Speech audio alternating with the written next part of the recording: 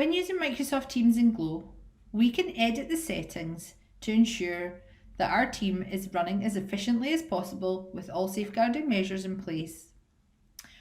Simply go to the three dots next to the title of our team.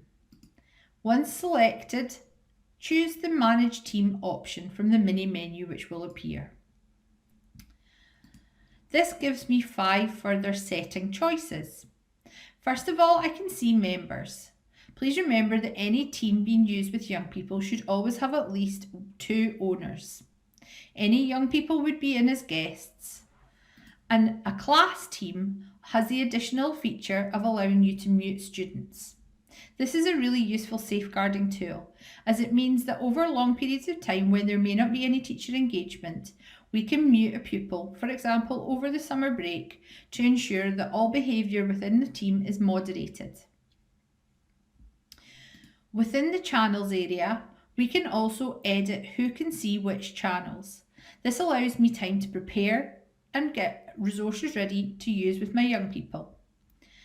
Everyone will always see the general channel, so it's always better if you're doing a subject or using the team for learning and teaching to create a secondary channel, for example art and design, where you can populate it with resources for that activity.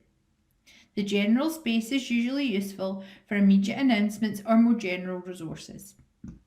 Again, at the far right of the screen, our 3 dots offers us more personalisation around notifications. Within the Settings tab, I have a range of different tools available to me. I can give my team a theme. This means I can use my school logo, my department sign, I can use a theme for a subject, and I can choose from one of the pre-selected icons which are available within Teams. These are also categorised primary, secondary and post-secondary to make them age and stage appropriate. Again, in the members permission stage, I can allow or disallow my team members from having different rights. So I may not want my young people to delete and restore channels to ensure that nobody's work is lost, so I do not select that. But I do want to give everybody the option to edit their message, so I can make sure that that box is checked. This personalisation allows you to make sure that your team is as safe as you would if it was your normal classroom environment. Another useful feature of our settings within Teams is the team code. You can create a code which is unique to your team and which can be shared with any members. This means that when they add in their team code upon clicking the Teams icon in their Glow Launchpad, they are then taken directly into your team. You will no longer have to sit and add in unique users. However, this feature is still available should you have a new member of your class that you wish to add in, or additional members of your class, school or department. Once a team code is generated, it stays valid until a new one replaces it. When a new code replaces the old code, the previous one is no longer accepted. However, pupils will still remain in the team until removed. If you're doing this with your class within the school environment and you wish to share it on a display, you can simply select full screen to broadcast this and so that young people can join live whilst with you. You can also remove the option to have a team code. We touched on fun stuff within the conversations video, but fun stuff includes GIFs, stickers and emojis. If you do not wish to use these with your young people or your colleagues, simply deselect them and they will no longer be available. You can also set up your class notebook.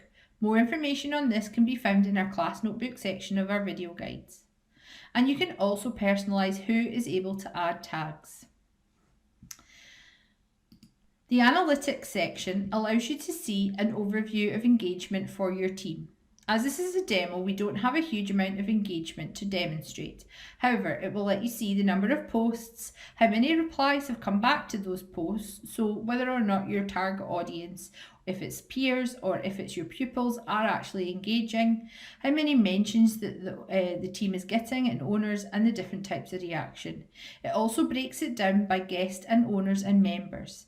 This makes it really straightforward to see if the work that you're doing is having the reach that you want.